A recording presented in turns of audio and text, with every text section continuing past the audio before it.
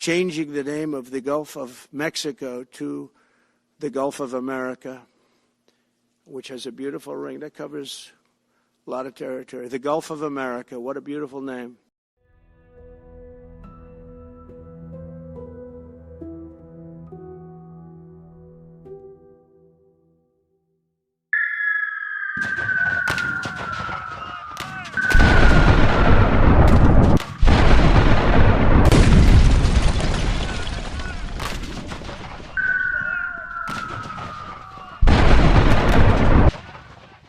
As I stood over the battered walls of Veracruz, the city broken, but its people still in peril, I knew further bloodshed was needless.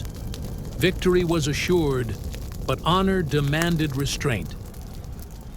Rather than let war consume soldiers and civilians alike, I offered the enemy a chance to surrender with dignity.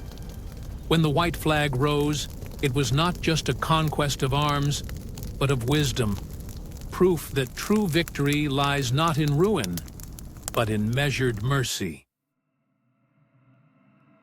Winfield Scott's campaign included the first major U.S. amphibious assault at Veracruz. The U.S. Navy played a key role, using warships and transport vessels. USS Mississippi, steam frigate. USS Princeton, steam frigate. USS Raritan, sailing frigate,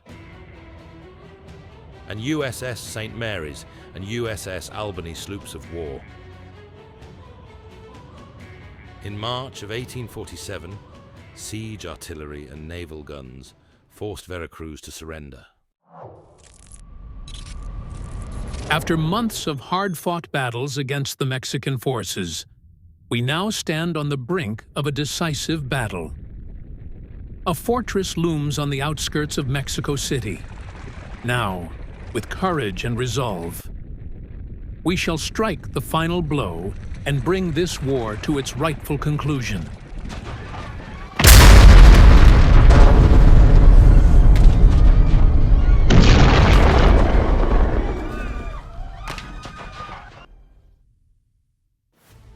Chapultepec Castle, a heavily fortified hilltop Mexican military academy, was one of the last strongholds protecting Mexico City. Now, with the fortress taken, it is only a matter of time before our troops seize the city. After a prolonged artillery bombardment, our infantry stormed the gates and fought until no Mexican soldier dared to stand against us. We minimized supply line vulnerabilities by capturing Veracruz first. Now, after a successful siege, we have been able to minimize our troop losses.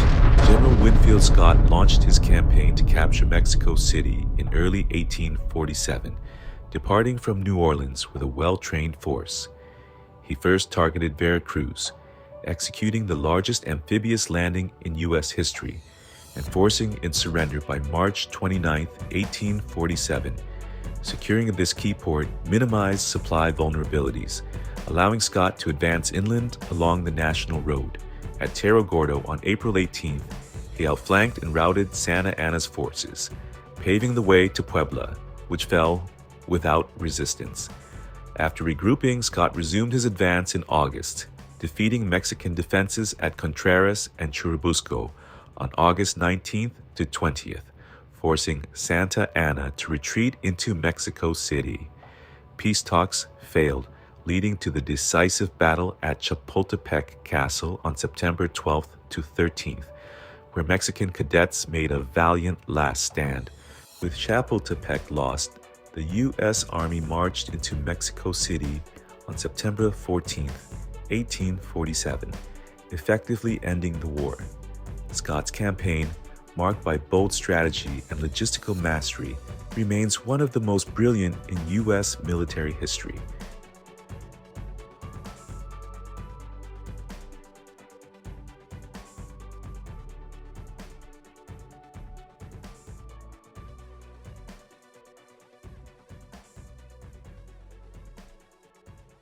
My God, have mercy on me.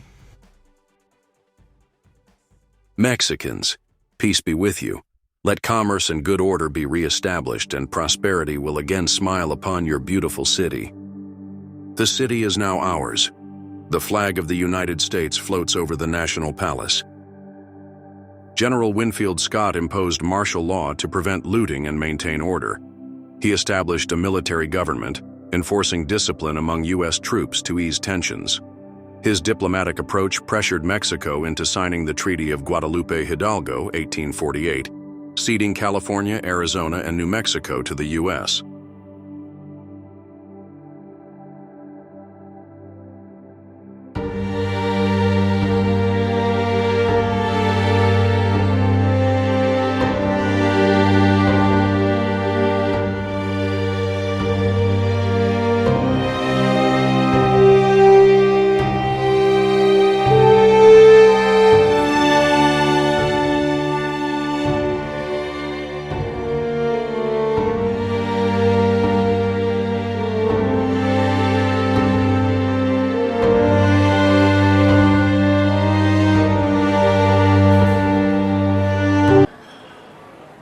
Mexico has passed the boundary of the United States, has invaded our territory, and shed American blood upon American soil. This is unacceptable. I will not watch my fellow Americans die in vain.